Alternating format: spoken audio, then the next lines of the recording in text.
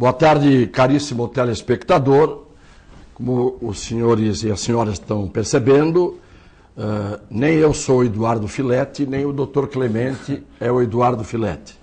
O Eduardo Filete está num compromisso profissional, um congresso para onde ele teve que ir.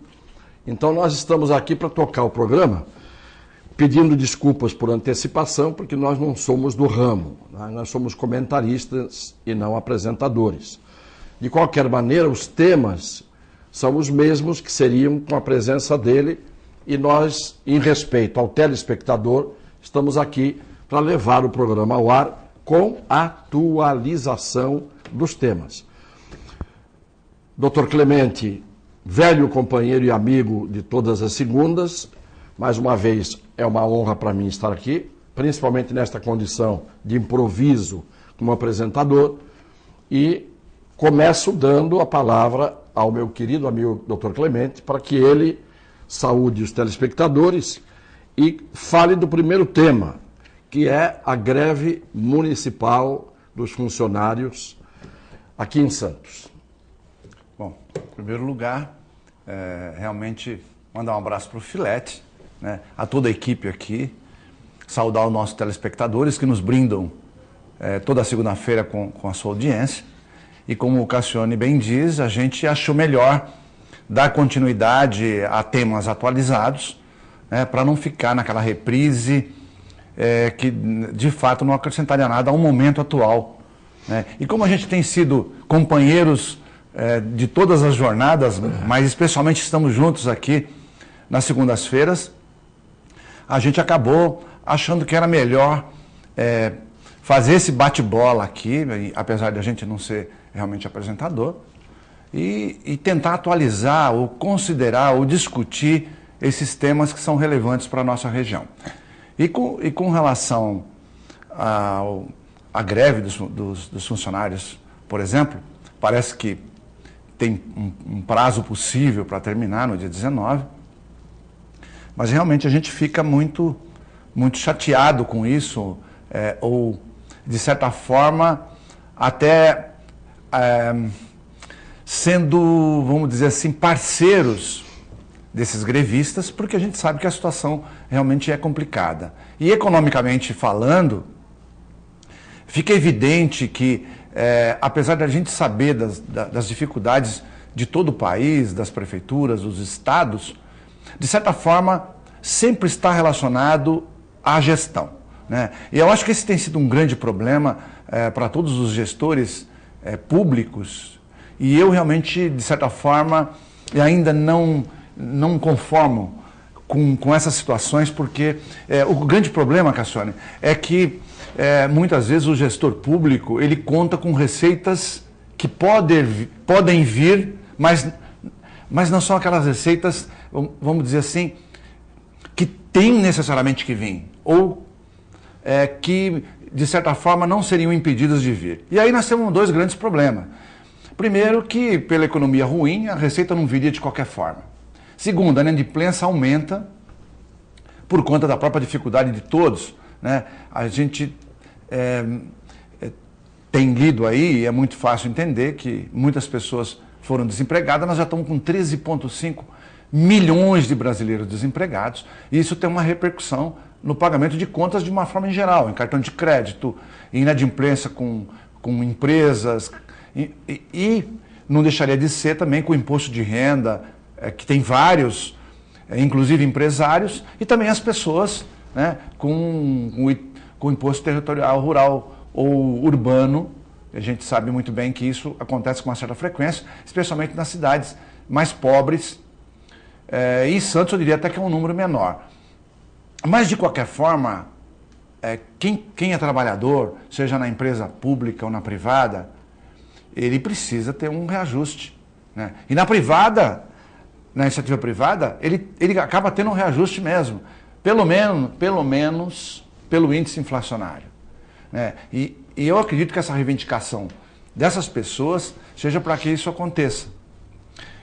E nós comentamos aqui também, e a gente tem que saudar esse anúncio, por exemplo, que é o caso de Praia Grande, que embora o reajuste não aconteça na mesma época, mas que já foi anunciado pelo Alberto Mourão, que ele vai dar um reajuste pelo menos, no mínimo, igual ao índice inflacionário, o INPC. Né? Então a gente entende, de qualquer forma, a gente preferia que não houvesse a greve, mas ao mesmo tempo a gente entende o funcionalismo e também, de certa forma, apela para as autoridades que revejam suas posturas, porque realmente a greve fica alongada, as pessoas são prejudicadas no atendimento e acaba não combinando em nada porque não existe uma negociação ou não existe uma compreensão pelo gestor público. Você tem toda a razão, e eu começo pelo tópico que você inseriu aí na conversa, que é o desemprego no Brasil chegou ao recorde de todos os tempos. É o maior desemprego, o maior índice de desemprego em toda a história do Brasil. Na proporção dos seus habitantes, a porcentagem é a maior de toda a história.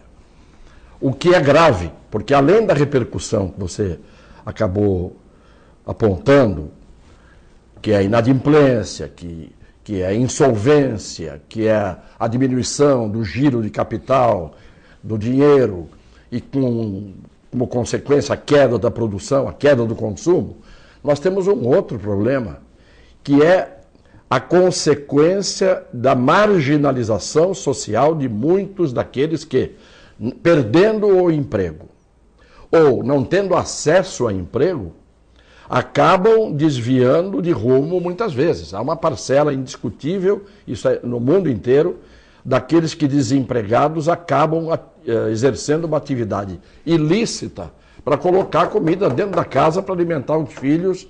Alguém dirá, mas isso é desculpa, se todo mundo que fosse desempregado fosse virar delinquente. Não é questão de virar delinquente. É uma questão de você ficar no dilema. Ou eu ponho recursos básicos para a minha família, para poder sustentar e prover a minha família, ou eu faço o quê? Porque não há saída. A falta de acesso ao emprego e o desemprego, a perda do emprego, devem ser profundamente dolorosos. Eu, por exemplo, na minha vida, nunca passei por isso. Sou um profissional liberal, como você é, a gente a vida inteira teve a atividade que tem. Mas na hora de demitir, e muitas vezes a gente chegou ao ponto de ter que fazer isso, várias vezes eu fiz o sacrifício de aguentar o tranco para não demitir.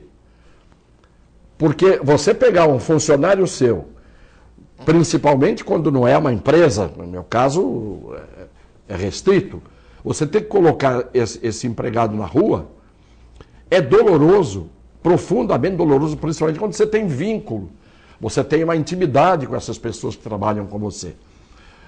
E eu fico imaginando no dia seguinte, quando eu dissesse, olha, não dá mais, tem que sair. Como é o dia seguinte dessa pessoa que saiu? É terrível. Só de imaginar é terrível, como dizia o padre Vieira. Agora, esta greve aqui em Santos, a prefeitura pode dizer o que quiser. Eu digo prefeitura, não digo prefeito, porque eu não sei quem é o prefeito de Santos. É difícil saber hoje quem é o prefeito.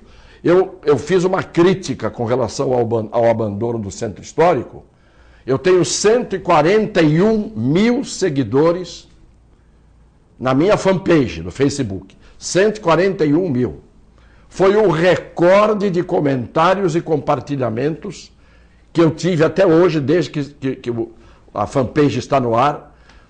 Unanimidade, as pessoas dizendo, tá certo, tem razão, não é só o centro que está abandonado, a cidade inteira está abandonada. E o que as pessoas dizem é, cadê o prefeito? Porque o que se comenta é de que quem gere a prefeitura hoje nem sempre é o prefeito. Nem sempre é o prefeito. Dizem que quem manda na prefeitura é o senhor Rogério. Outros dizem que é o senhor Fábio. Outros dizem que é o senhor Rivaldo. Quer dizer, ninguém sabe direito quem é que está mandando, porque parece que o prefeito está um pouco desanimado. Por outro lado, esta greve poderia ser resolvida assim, dando-se o mínimo, que eu tenho certeza que os funcionários estariam dispostos a atender, mas parece que virou questão pessoal. Parece que o prefeito ficou milindrado porque o chamaram de Pinóquio. Então virou uma questão pessoal. E agora não tem conversa, não tem discurso. Então os professores que continuem ganhando mal, as escolas que continuem do jeito que estão, os funcionários que continuem pagando do seu bolso despesas que não são deles, funcionários, para poder fazer o seu serviço público, não é? Então a gente tem que dizer as coisas como são. O que está certo, o que não está certo, não está certo. Caiu no colo da prefeitura, por exemplo, o IPTU, que a Codesp vai ter que pagar para o município. E é muito dinheiro. Contando, não é? Com o ovo no ventre da galinha, já era o caso de poder imaginar que esse dinheiro para alguma coisa vai servir. Do mesmo jeito que a gente não entende o empenho que a prefeitura fez, com unhas e dentes, para entrar com um recurso, junto com a Piracicabana, para aumentar a tarifa, que a juíza tinha dado de graça para a prefeitura, uma decisão que não podia passar de R$ 13,45 o preço da tarifa. Ah, mas tem o contrato com a Piracicabana.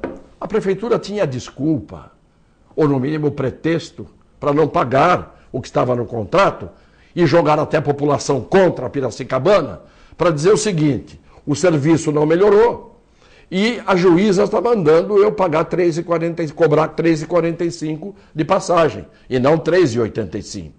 Não, a prefeitura entrou com um recurso para pagar R$ 3,85. Então estas coisas têm que ser ditas. A gente precisa desnudar o rei, porque quando o rei está nu, você tem condição de saber qual é a situação real das coisas. Se merece elogio, a gente vai fazer. Se merece crítica, a gente vai fazer. Porque a gente não tem rabo preso com ninguém, de poder nenhum, de lugar nenhum. E quero lamentar, finalmente, a postura de alguns vereadores que acabaram de ser eleitos há pouco tempo e que tinham uma posição e viraram a casaca e votaram a favor da prefeitura, do prefeito, do executivo. Estão lá para quê? Para bater palmas e homologar o que o executivo pede? E o compromisso com seus eleitores que os colocaram lá?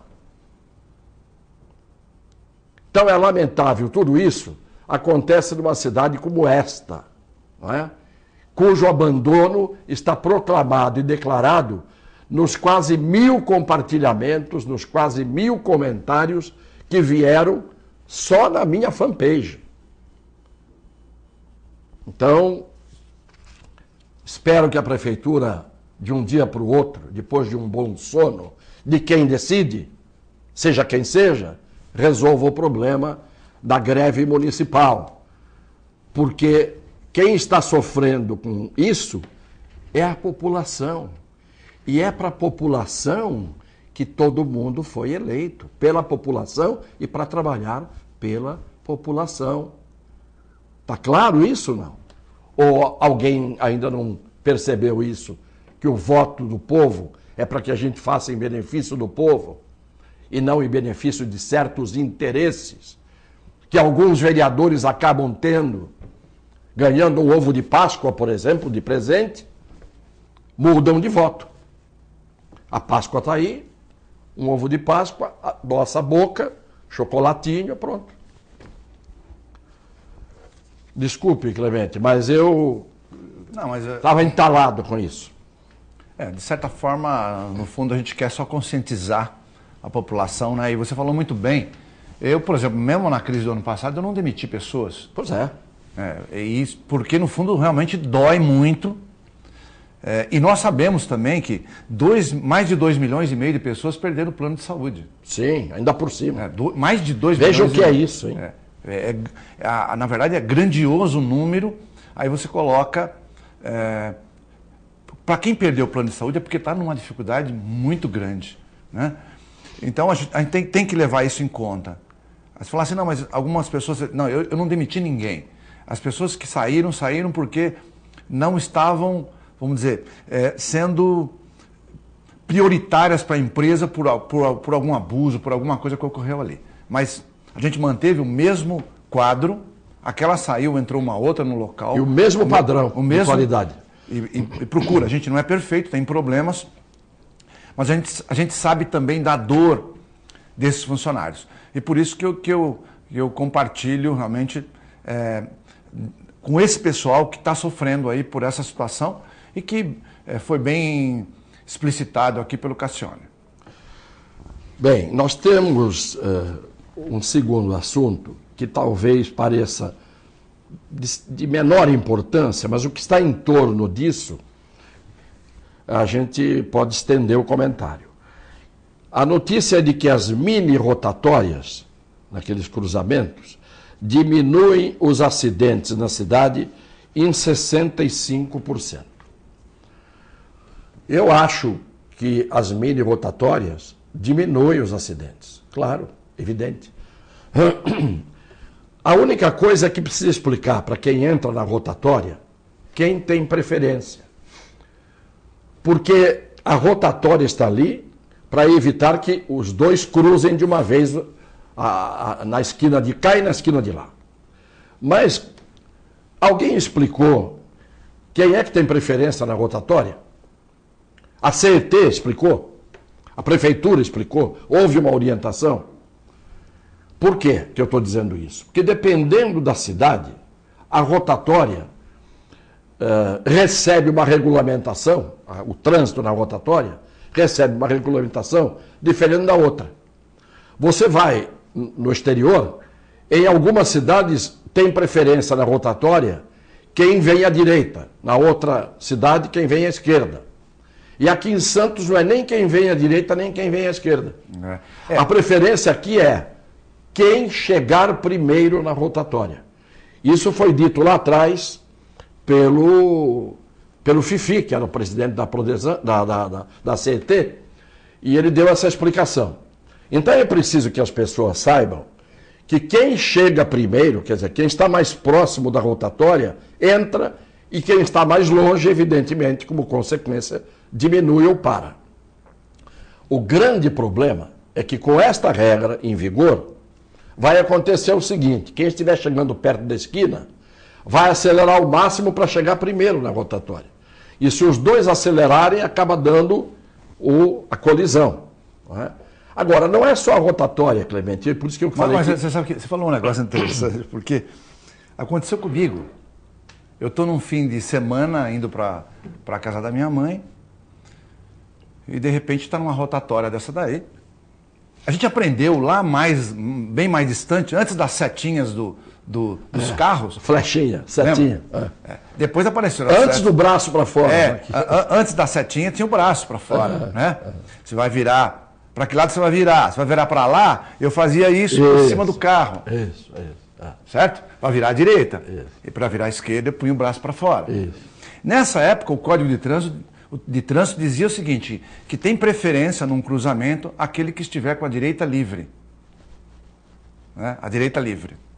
Se você estiver com a direita livre, você passa. Então, eu acho que só como as coisas mudaram ao longo do tempo, talvez o FIFI aí, a CET deveria usar isso aí, que é antigo do Código de Trânsito, mas numa rotatória teria preferência aquele que tiver a direita livre.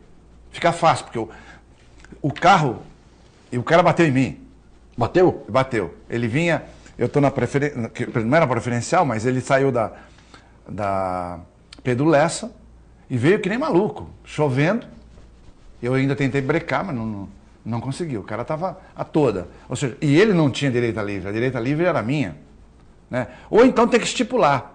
No caso de cruzamento de carros quase que simultâneo, tem preferência aquele que estiver à direita. À direita.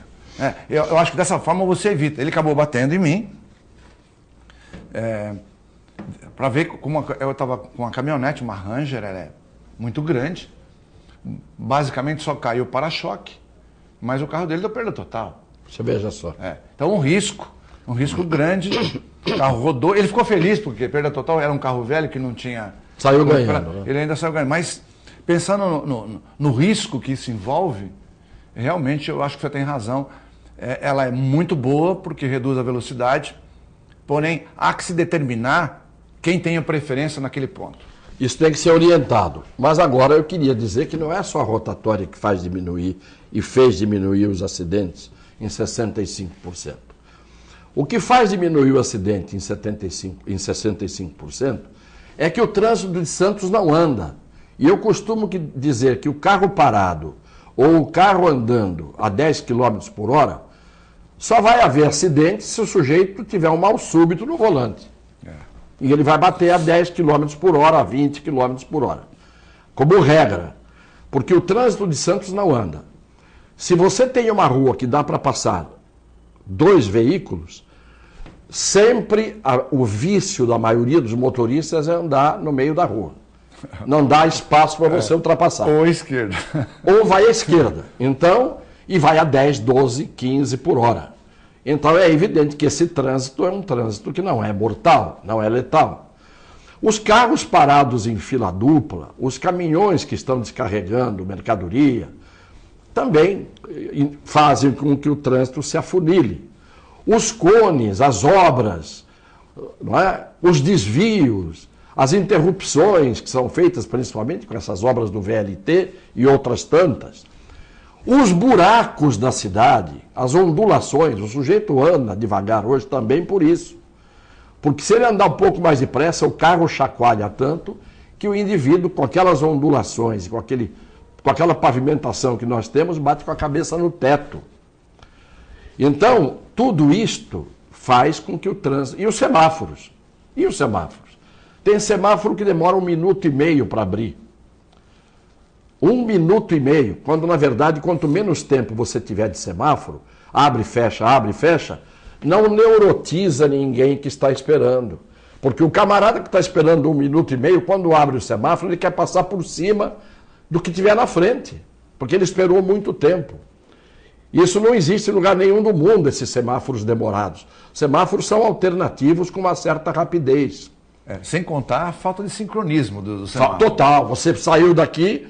Deu o verde depois de 1 minuto, você esperando, anda 50 metros, tem um segundo semáforo que dá o vermelho na hora que você chega. Na Ana Costa, no meio da Ana Costa, se você olhar, começa a ficar verde lá na frente, para depois ficar para você. Claro. Aí quando você chega lá, está vermelho. Teria que ser o contrário. É a onda vermelha. Teria que estar verde para você e ficando verde na medida que você caminhasse. Quer dizer, e os pedestres também que se queixam quando você invade a faixa, e ninguém tem que invadir, porque em qualquer lugar do mundo, faixa de pedestres é prioridade. Só que está acontecendo o seguinte, o pedestre vai atravessar e eu vou virar. Aí eu paro para o pedestre atravessar. O carro que vem atrás de mim, na melhor das hipóteses, põe a mão na buzina com tudo, porque eu parei para o pedestre atravessar. Na melhor das hipóteses, quando ele não faz elogios, evidente a mim, de todas as maneiras possíveis e imaginárias. Então, a falta de conscientização é de todo mundo. Pedestre atravessa fora da faixa, pedestre atravessa com um sinalzinho vermelho para ele, ele dá uma corridinha e passa. Ele pode fazer isso. Se você avançar na faixa, você é um criminoso, é um assassino. Mas o pior é isso, o camarada que está atrás de você, ele não respeita o respeito que você tem pela faixa. Ou buzina ou te xinga. Então a orientação no trânsito era fundamental. Como é fundamental que as emissoras de TV, que têm muita audiência, abrissem 2 minutos por dia. Você pega o Jornal Nacional, não é? Tem 45 minutos de programa. Devia ser obrigatório. 2 minutos por dia, agora uma informação útil. E você dá uma informação útil para a pessoa que está assistindo, são milhões no Brasil inteiro, de ordem médica, uma informação de ordem jurídica, uma informação de ordem de convivência, uma informação de trânsito, num programa daquela audiência em que você só vê tragédia, que vai desde a esquina onde se matou, se chacinou, até a Síria, onde se mata e se chacina, Você abre um intervalinho de 2 minutos, em 45 minutos, ninguém vai ficar pobre, nenhuma emissora de televisão vai quebrar por causa disso, e traz uma notícia de utilidade pública, traz uma informação de utilidade pública, quando todo mundo está vendo o programa. Eu acho que isso era fundamental, em vez de ficar todo mundo apenas assistindo às mazelas do mundo e às tragédias que ficam desabando em cima de todos nós, principalmente em cima daqueles que são os protagonistas dessas tragédias. Ô, Cassione, uma coisa interessante, e isso você vê com uma certa frequência, você citou isso, mas eu também gostaria de enfatizar mesmo, porque quando vê aquela propaganda, para o respeito ao pedestre, também o pedestre tem que ter uma consciência importante, que é como tem nos países desenvolvidos, né? Pode ser qualquer país desenvolvido, você vai para os Estados Unidos, por exemplo, todo mundo só atravessa na faixa. E quando o farol fica verde para ele, claro, né? Se não, está escrito don't walk, você não vai andar e acabou, fica paradinho. Aqui o que acontece? Você está numa avenida na costa, eu já vi isso várias vezes. O cara está no meio, não é nem na faixa, ele está no meio da rua, pondo a mãozinha para o carro parar. Só que tem 30 carros, quer dizer, então para beneficiar essa pessoa, 30 foram prejudicados, né? E se você para, o outro vem e engaveta atrás de você. Engaveta tudo, aí fica o trânsito não anda. Então, assim, é preciso que as pessoas tenham consciência também que tem que ser na faixa sim, e se tem semáforo, ela espera o semáforo virar. O motorista não é obrigado a atendê-la, prejudicando toda a centena de carros que estão atrás dele. Evidente, né? Você tem toda a razão. Por isso que eu digo que a falta de orientação é absoluta. Qual é a preocupação? A preocupação é pôr radar, a preocupação é multar. Você vê agora aqui na esquina da emissora, ali na Princesa Isabel, Joaquim Távora, ali agora. Colocaram um feixe de radares. Por quê? Evidentemente que não é por causa de velocidade. É para pegar quem vindo em frente à Beneficência Portuguesa vira na ponte na Joaquim Távora, à esquerda. Vejam o aparato que está ali, quanto custa aquilo, aparelhar a cidade inteira com radares, quando, na verdade, é uma cidade cujo trânsito não anda.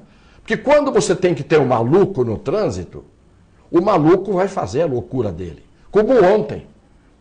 Um automóvel na Epitácio Pessoa, em alta velocidade, não é? Matou um rapaz que vinha com um pai, vinham da praia, trazendo aquelas coisas de barraca de praia e tal. Ele vinha pela Alexandre Martins, entrou na Epitácio Pessoa, em frente ao Praia Mar por ali, em altíssima velocidade, já vinha da praia em alta velocidade, segundo as testemunhas. Ele pura e simplesmente pegou o rapaz foi socorrido, mas teve uma parada cardiorrespiratória e faleceu.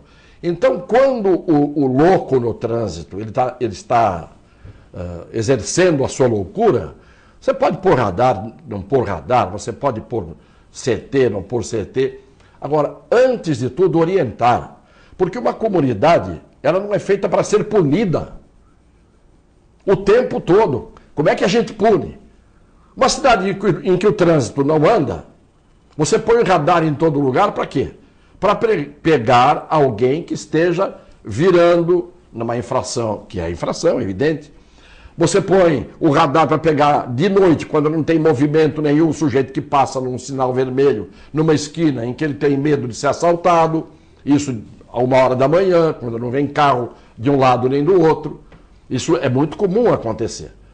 Mas é a arrecadação. Agora, quanto custam esses equipamentos? Não é? Vai ver aqui, quem passar em frente à Beneficência Portuguesa, chegar na esquina do Joaquim Távora, tem um buquê de radares. Colocaram da noite para o dia aquilo ali, para isso tem eficiência a prefeitura, evidentemente. Nós temos um break aí. Um break para fazer e quem manda é a produção. E a produção manda, a gente está aqui para obedecer. Até já.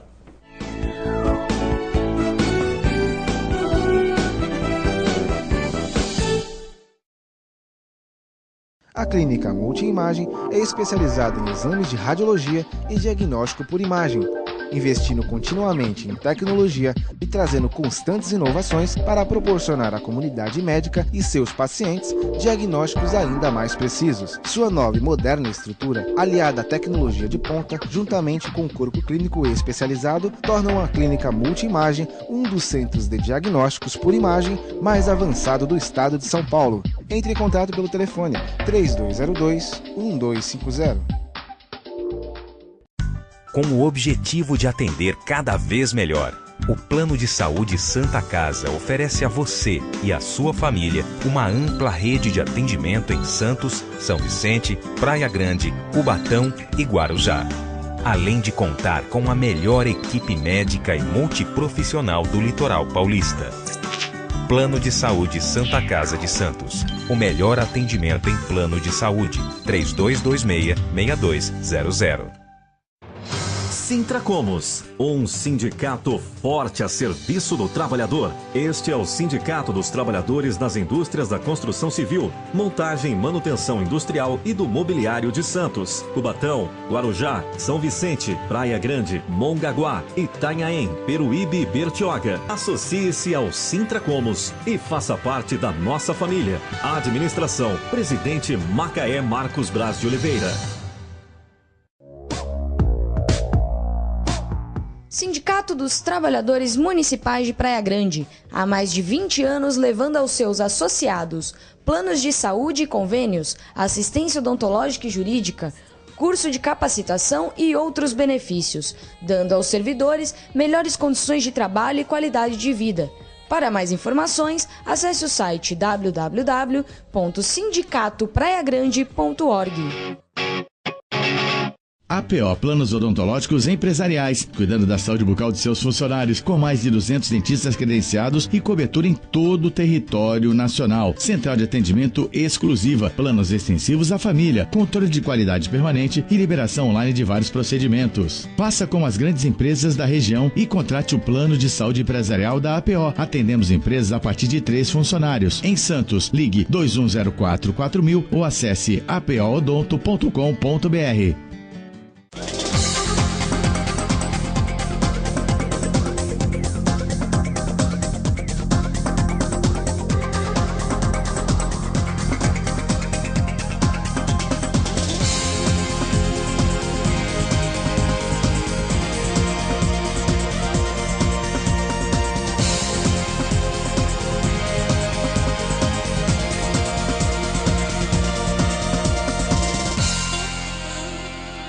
Se você quer algo diferente e está por dentro de tudo que acontece em sua cidade, mande dicas, sugestões de pauta pela nossa fanpage facebook.com/tvcom.santos. Interaja com a programação da sua TV Com. TV Com, interagindo com você.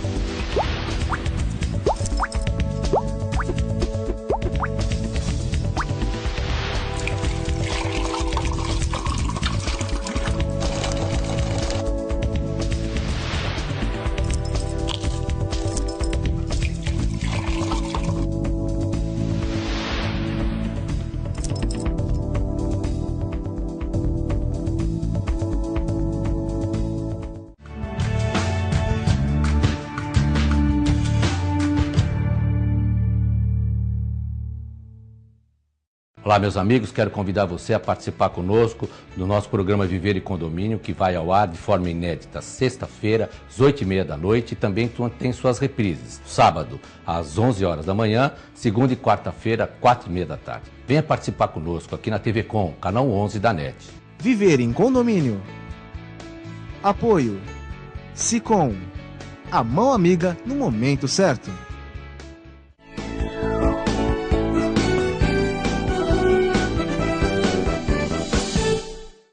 Nós estamos de volta e já recebemos aqui várias mensagens de telespectadores, agradecemos por essa participação.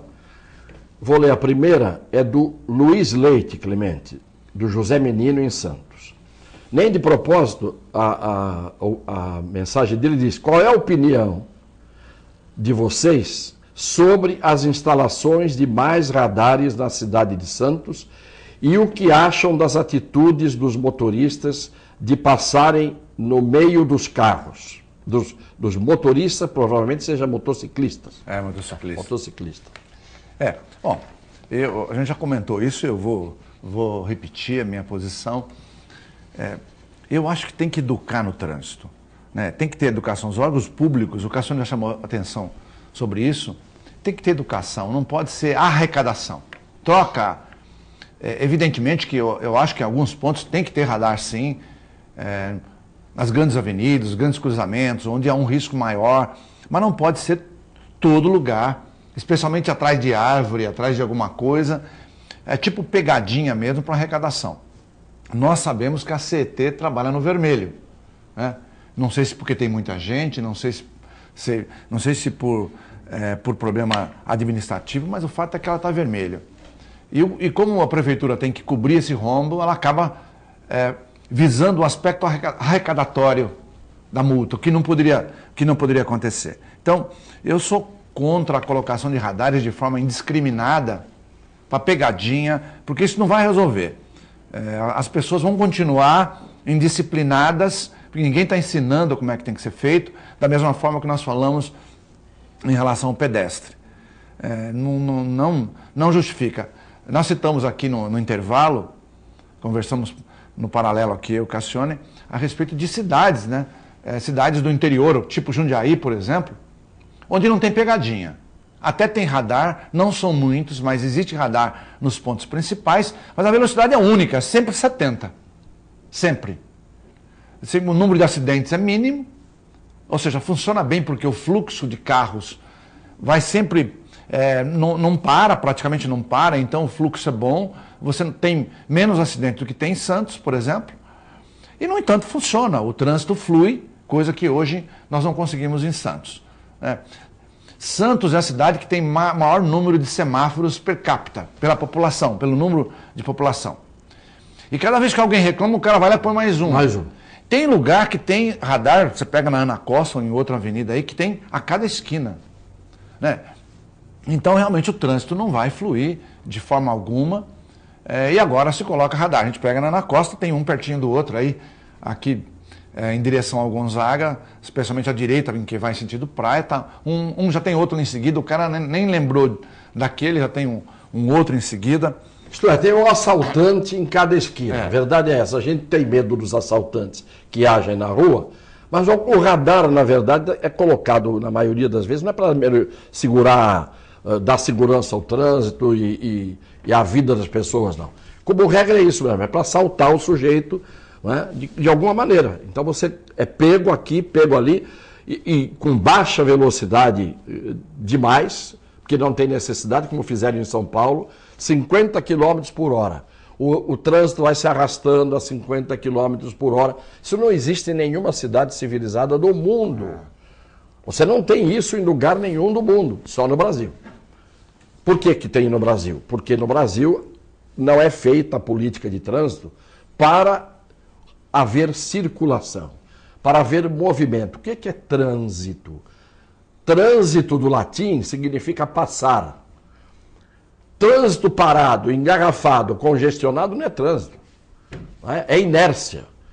Aqui tinha que ter a Companhia de Engenharia da Inércia, em vez de ser ET, Companhia de Engenharia de Trânsito, tinha que ser Companhia de Engenharia de Inércia, SEI, porque não se anda e não se orienta, e os agentes não são orientados para orientar, são treinados apenas para não ter cãibra nas mãos, na hora de preencher os talões. Tá? Você vê, você falou de países desenvolvidos. Não tem mesmo. Não tem radar em cidade, não tem radar nem em estrada. Você pega a Itália mesmo, a maior parte das estradas. A gente não vê, como aqui você vê polícia rodoviária, né? Você anda quilômetros e quilômetros e muito excepcionalmente você vê alguém. Né? Porque as pessoas estão educadas, elas cumprem aquilo. Né? E os poucos que desrespeitam são punidos de forma severa. Mas também não adianta pegar a velocidade, põe 70, 60, 50, 40. Quer dizer, aquela modificação de velocidade que realmente a pessoa fica perdida. Aqui na entrada mesmo na Martins Fontes, teve uma época que tinha um radar, uma placa de 40 e uma de 50, uma colada na outra. Qual que é o certo? É o 40 ou é o 50? Aí vem o turista para cá, o que eu vou fazer? O 40, 50... E bem no início da entrada é 60, né? Exatamente, exatamente. Mesma coisa aí Ecovias. Você está andando 120 km por hora, veículos leves. De repente vem uma placa, sem nenhuma explicação, 110. Mais adiante volta a 120. Você anda mais um pouco, 100.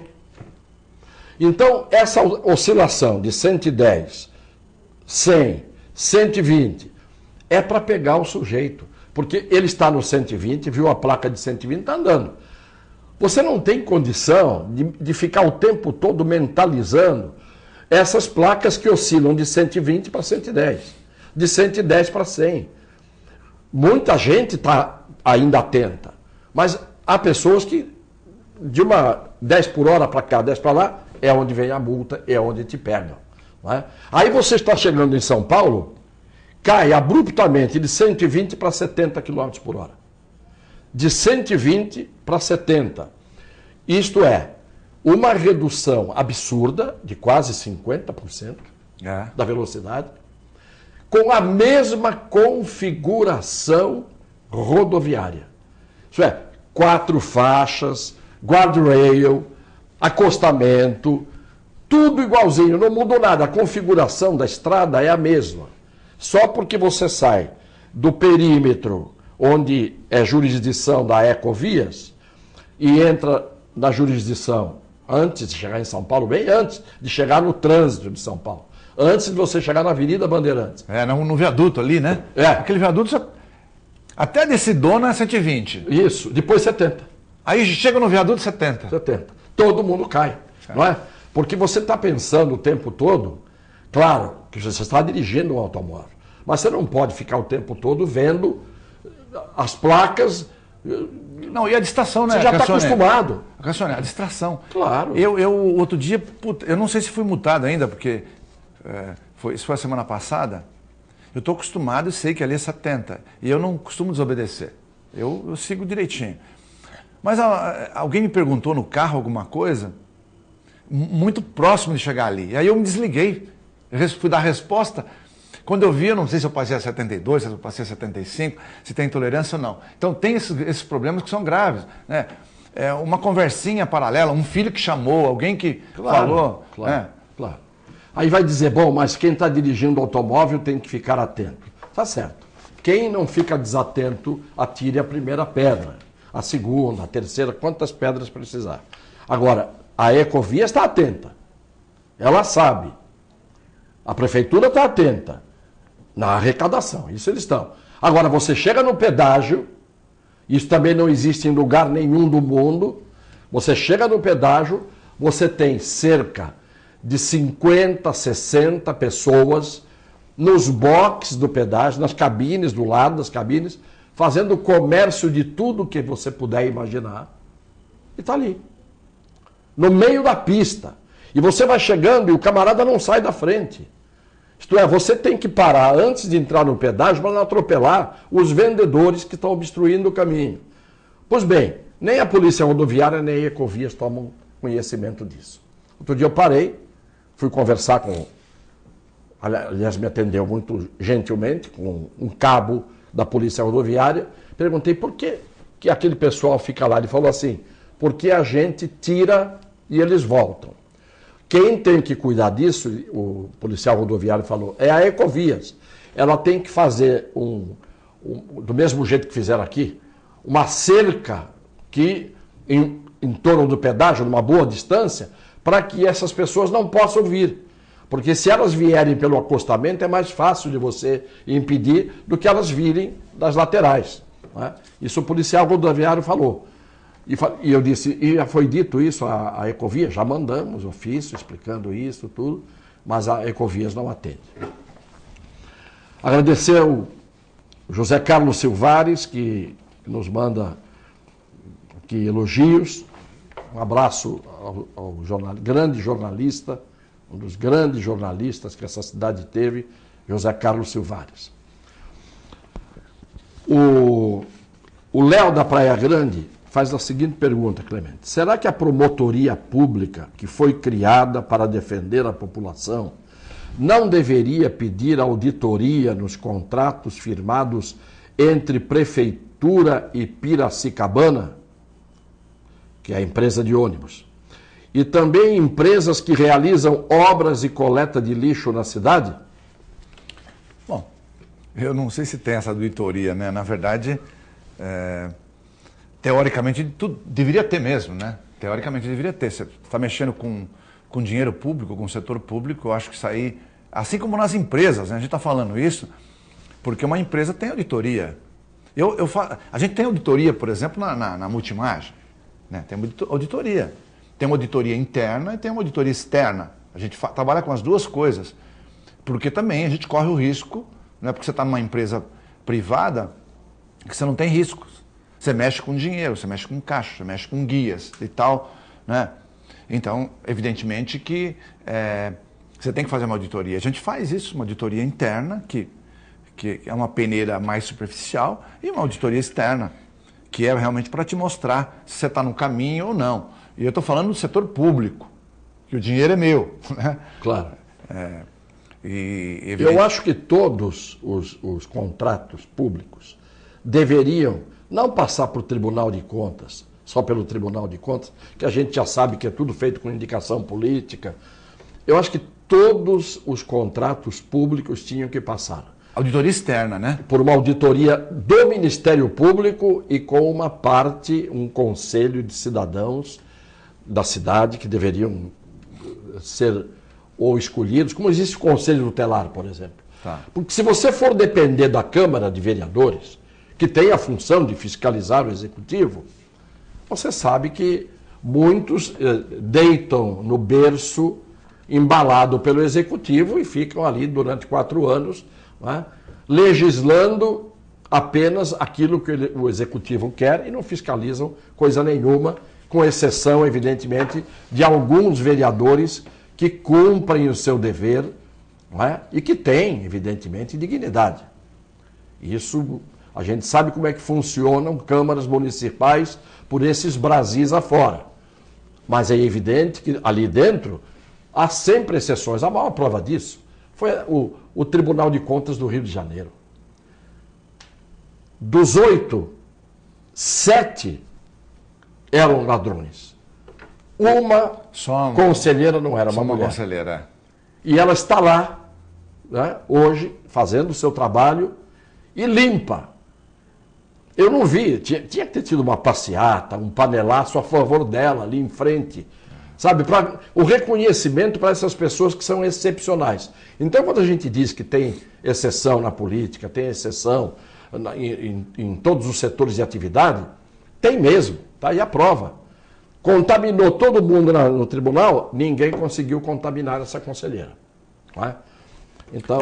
E esse negócio do contrato, eu acho que é interessante realmente, porque às vezes as pessoas falam, mas eu não conheço tal, sobre o assunto. É exatamente por isso que precisa ter auditoria, né?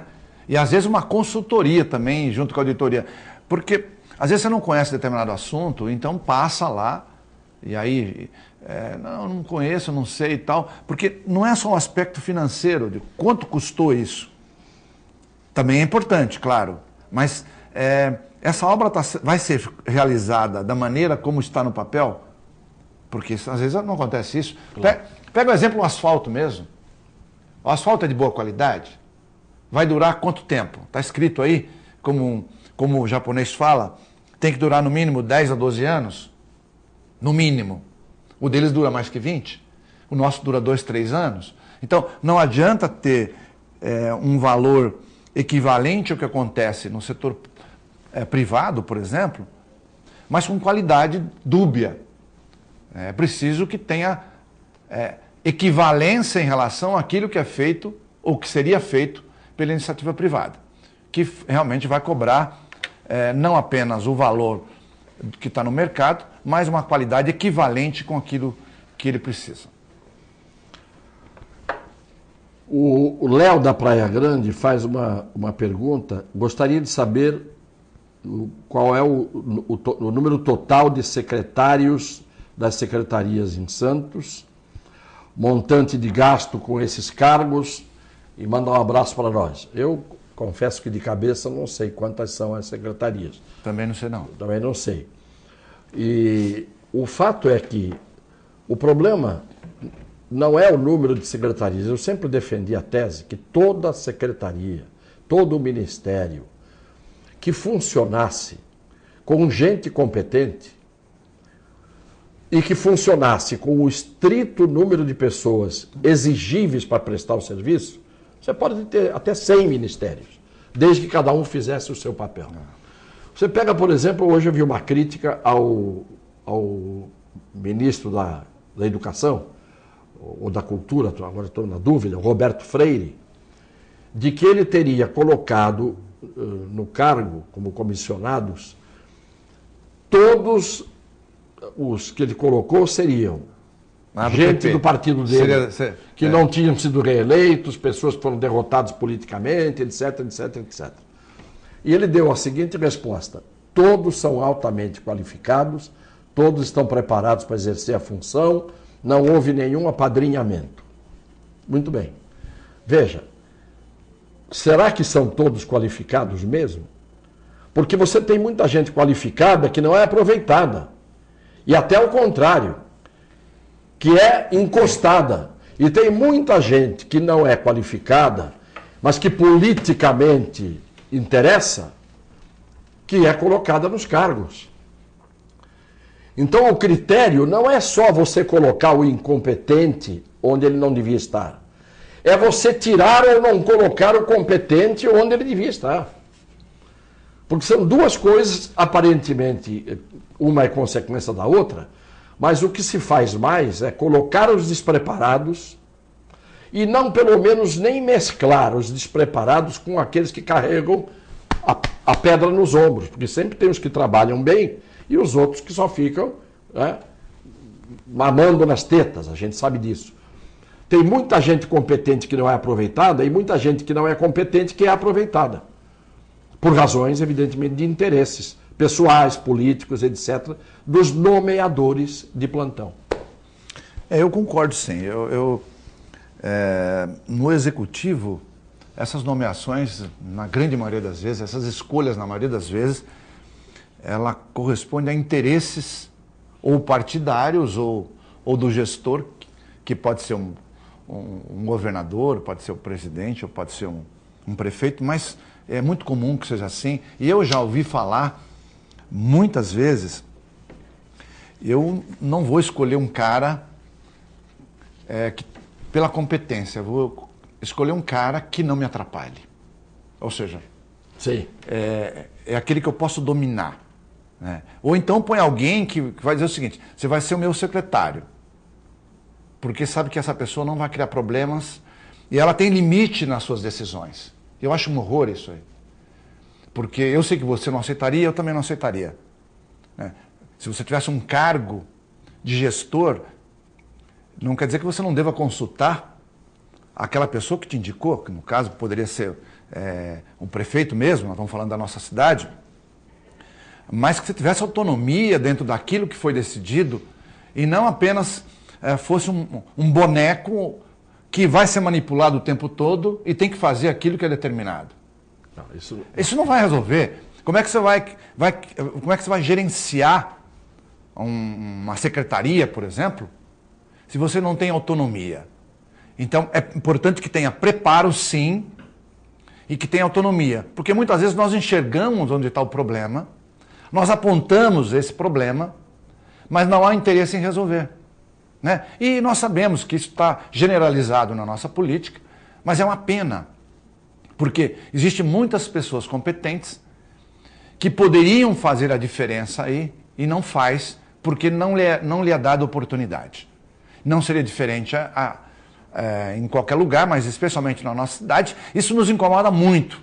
E me incomoda particularmente. Né? Eu não estou falando isso porque teria que ser o Cassione ser um secretário, ou o Clemente ser um secretário, mas pusesse alguém que tivesse um peso importante, né? Qualquer que fosse a secretaria, né? Assuntos jurídicos, então vamos pegar lá os advogados da região e vamos ver quem poderia nomear, por exemplo. Seria uma coisa interessante. Esse cara é competente, vai ter gente olhando e tal. Por que não fazer isso, por exemplo, na Secretaria de Saúde? Na engenharia? Pera lá. Quem que a Sociedade de Medicina Local gostaria de colocar? Um cara que vai atender aos interesses da cidade, da região, e ao mesmo tempo está sendo fiscalizado pelos outros médicos, pelos outros engenheiros, pelos outros advogados, pelos seus pares. Por que não? Eu acho que isso é importante e eu acredito que o chefe do executivo, qualquer que seja o nível, ele tem que atentar para isso. Não pela conveniência, mas pelo interesse da população. Você tem tanta razão que a gente dá um exemplo aqui, muitas vezes, que parece um exemplo banal, mas tem, na minha opinião, tem serventia. Quem é o técnico da seleção brasileira hoje? É o Tite. O Tite entrou, fez 9 jogos, venceu todos os jogos e classificou o Brasil, primeira seleção classificada para o Mundial pelo Tite. O que o Tite é? Primeiro, ele é um bom gestor de homens. Ele sabe tratar as pessoas que estão sob o comando dele, tirando delas o melhor que elas podem produzir. O mesmo jogador na mão de um outro técnico pode não render. O mesmo jogador na mão de outro técnico pode ficar no banco por erro de percepção do técnico. Então, o prefeito, o governador, o presidente da República, ele tem que ter, primeiro, a percepção de que, para ele governar bem, tem uns que não estão preocupados com isso, estão preocupados com outras coisas e nem se preocupam em governar bem. Já passaram o tempo que foi útil e que já lhe serviu, passou. Então, você pega o melhor que você puder para colocar em cada posição. Se você não sabe escolher a sua equipe, se você não sabe escalar o seu time, ou se você escala sabendo que são pessoas que não vão render, é evidente que você está fazendo algo em prejuízo da população que elegeu você. É o exemplo do técnico de futebol. O técnico de futebol não pode deixar no banco o craque e colocar para jogar o perna de pau. Não é? Vê se o técnico do Barcelona abre mão de ter o Messi, o Suárez e o Neymar na sua linha de ataque. Com certeza não. Claro que não. Então, o grande problema é que nós temos poucos tites gerindo as prefeituras do Brasil e tem muito prefeito sendo técnico de futebol, fazendo o time jogar mal, sem saber o que fazer com os seus jogadores. Nós chegamos ao final, conseguimos chegar sãos e salvos, né? Ao final, né, Clemente? Sem o Filete aqui para ser o nosso âncora, agradecendo mais uma vez a atenção e o carinho dos nossos telespectadores. E até a próxima, seja quando seja, se Deus quiser. Um abraço a você, muito obrigado pela companhia. Termina hoje você, eu comecei, você termina. Então, obrigado, Cassione, pela presença, a toda a equipe. Agradecer. Filete, estamos esperando você para a próxima segunda, né? Claro. Agradecer você, telespectador, pela sua audiência. Fiquem com Deus. Até a próxima semana.